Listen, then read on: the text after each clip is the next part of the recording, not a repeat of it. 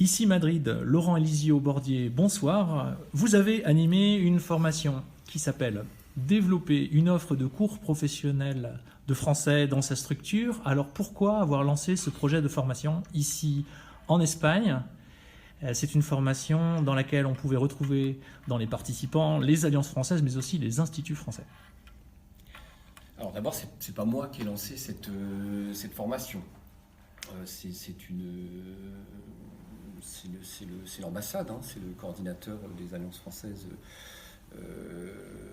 d'Espagne, hein, à l'ambassade qui a monté avec l'IF Madrid, je crois, hein, ce projet de formation. Moi, j'ai été contacté en tant que directeur, hein, de l'Alliance française Rouen-Normandie pour l'animer.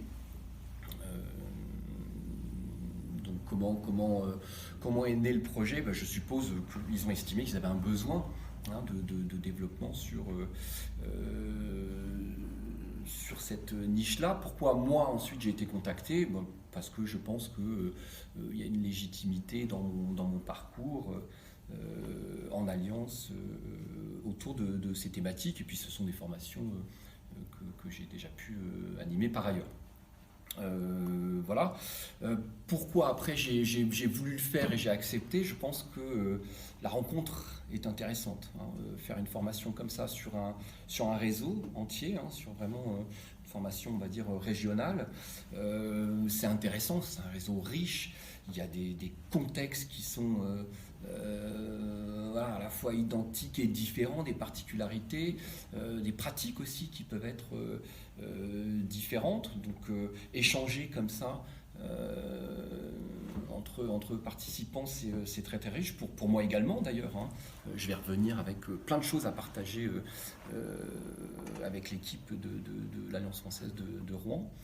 Voilà, c'était intéressant de faire cet état des lieux, hein, de ce qui se fait en termes de français professionnel, d'ébaucher un peu une analyse du marché en Espagne, et puis d'essayer de voir où était, d'un point de vue national, mais aussi pour chacun dans sa zone d'activité, les opportunités. Alors c'est court, hein, on ne peut pas comme ça, on avait 2 jours, on va pas révolutionner tout de suite ou pénétrer en force le marché, mais c'est une première étape. Qui a bien montré, je pense, hein, à la fois les initiatives de chacun, les opportunités, voilà, les partenariats qui se mettent en place. Et puis on a évidemment pu faire intervenir la Chambre de commerce de Paris, qui est quand même voilà, qui a une expertise là-dessus, à la fois en termes de formation et puis de certification, évidemment, avec les diplômes de français professionnel. Voilà, donc du coup c'était un échange qui vient, on peut finalement, en fait, de manière très pratique, rentrer chez soi après et puis essayer de venir diversifier son offre de cours, proposer du français professionnel et des certifications en professionnel, en français professionnel assez rapidement derrière. Hein, et puis aussi, on a échangé des clés sur des techniques de démarchage. On a travaillé vraiment à la fois sur du B2C, c'est-à-dire vraiment le client individuel,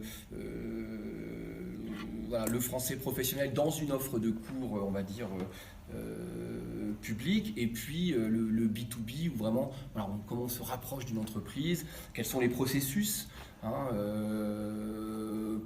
pour se positionner, répondre à un appel d'offres, rencontrer un dirigeant, etc.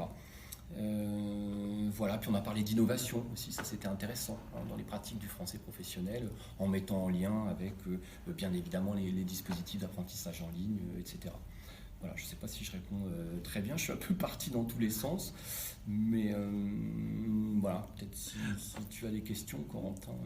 Oui, il y a une question, c'est en quoi ça peut constituer un relais et quand une alliance française ou bien un institut français doit se dire il faut y aller, il faut proposer des cours de français professionnel?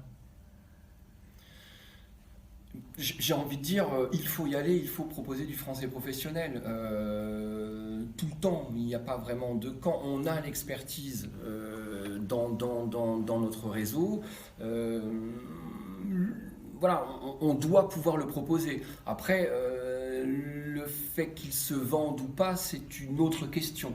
La question de l'opportunité voilà, de le vendre à une entreprise ou de vendre ses cours à des individuels, c'est autre chose. Par contre, je pense que le français professionnel doit faire partie de nos offres de cours, ne serait-ce qu'en termes de vitrine.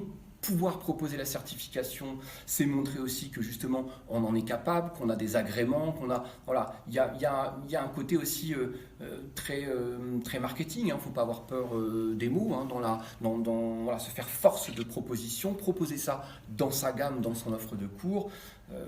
Voilà. Après, le placer, c'est encore autre chose. Donc, voilà, un sujet dont on a pu discuter, c'est plus délicat, mais en tout cas, voilà, quand tout le temps, pour moi.